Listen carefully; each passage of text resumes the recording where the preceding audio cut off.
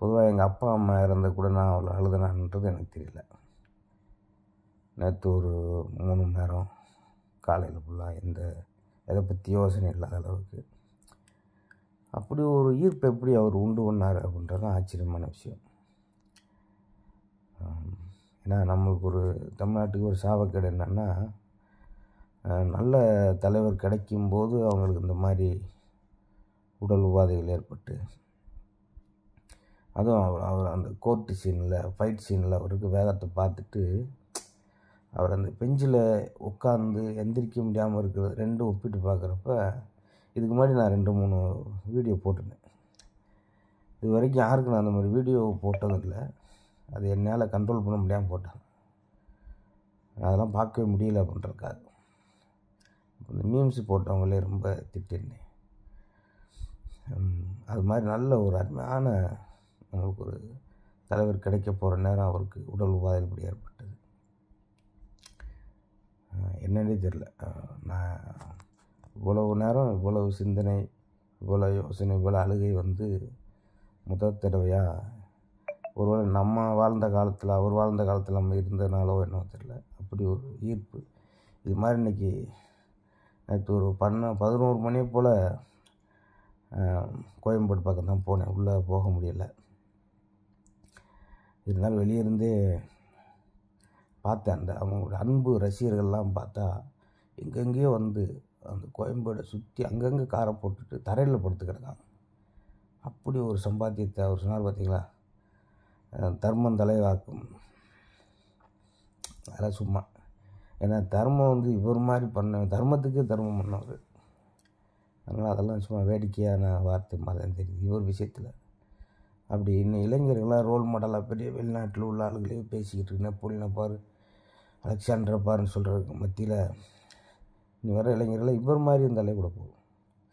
அவர் ஆளுமை அந்த சிவாஜி அவர்களுடைய நினைவில் இடம் ஒதுக்கி விடுறது, ரஜினி அவர்களுக்கு ஒரு தடவை ஹாஸ்பிட்டலில் இருக்கப்போ அது மாதிரி லாரி விரட்டி அதை ஒழுங்குபடுத்துகிற விதமாக இறங்கி கிராமத்தில், அது எங்கள் மதுரைக்கு ஒரு பெருமை. எவ்வளோக்கு எவ்வளோ சாதாரண ஒரு கலைஞனை கூட கை கொடுத்து கூப்பிட்டு பக்கத்தில் உட்கார வச்சு ரசித்து அவங்களுக்கு தேவையான உதவி, அதாவது பெரிய ஒரு அரசாங்கமாக இல்லாட்டியும் கூட தனி ஒரு மனிதனை சம்பாத்தியத்தை பூரா மக்களுக்கு செலவழித்த ஒரு அருமையான விஷயம். மறுபடியும் அவருடைய நினைவுகள் நம்ம கூட இருக்கணும்னா அவர் பேரில் விருது கொடுக்கறது, நடிகர் சங்கத்துக்கு பேர் வைக்கிறது, என்னென்ன விஷயங்களை அவரை நம்ம கேப்டன் ஞாபகப்படுத்திக்கிட்டு வரும். ஏன்னா கருப்பு எம்ஜிஆர்னு சொல்கிறாங்க. எம்ஜிஆர் இப்போ 36 வருஷம் ஆகி எல்லார் மனசில் இருக்கிற மாதிரி கேப்டன் எல்லா காலத்துக்கும் மனசில் இருப்பார். ஏன்னா நான் அவரோட ரசிகராக கூட கிடையாது. கடுமையான கிராமத்தில் இருந்தேன் நான். அவர் அந்த காட்சிகளில் பேசும்போது, மக்களுக்காக கோர்ட்டில் பேசும்போது நெசத்திலே ஒரு ஆள் நம்மளுக்காக பேசுகிற மாதிரி இருக்கும். அதனால் நடிப்பாக யாருமே பார்க்க முடியாது. ஏழைச்சாதி படத்தில் அவர் அப்படி அந்த மக்களோட போகும்போது ஏழைகளுக்காக பேசுகிற ஒரு காட்சியும் அது சீன் மாதிரி தெரியாது, நெசத்திலே இருக்க மாதிரி இருக்கும். அதனால தான் இன்றைக்கி நின்றுருக்கார். இன்றைய இளைஞர்கள்லாம் ரோல் மாடலாக ரொம்ப குறைவான படிப்பு படிச்சிருந்தா கூட நிறையா விஷயம் நம்மளுக்கு சொல்லி கொடுத்துட்டு போயிருக்கார். அன்பை, மனித நேயத்தை அவர் பேசும்போதெல்லாம் வார்த்தை சோடனே இருக்க மேடை பேச்செல்லாம் கொஞ்சமாக கேட்ட உடனே எனக்கு அழுது கண்ணம் வீங்கினது. என்னங்க செய்ய போகிறோம், காசு சம்பாரிச்சு என்னங்க செய்ய போகிறோம், அதான் விஷயம். ஏன்னா தர்மம் தலையாக்கார். இன்றைக்கி வெவ்வேறு ஊர்களில் அப்படி அழுது தீர்க்குறாங்க அப்படின்னா அதான் அவர் சம்பாரித்த பேர். அது மாதிரி அவரை பிரிஞ்சு வாடுகிற பிரபாரனுக்கும் சண்முக பாண்டியனுக்கும் அவங்க அப்பாவுடைய ஆசையும் கிடச்சி அவங்களும் அவங்க அப்பா மாதிரி நல்ல மனிதநேயமிக்க உள்ளால் வரணும்னு சொல்லி இறைவன் அருள் புரியட்டும். தமிழ்நாட்டுக்கு கிடைச்ச ஒரு மிகப்பெரிய தலைவன்.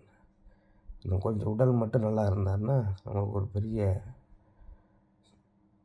நல்ல ஒரு ஆளுமை கிடச்சிருப்பார், ஒரு ஒழுக்கு சிலர் கிடச்சிருப்பார்.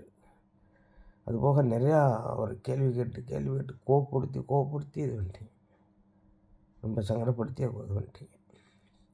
அவர் கோவப்படுவார்னு தெரிஞ்சு அதே கேள்வியை கேட்குறது, அது மாதிரி அவரால் தாங்க முடியலை.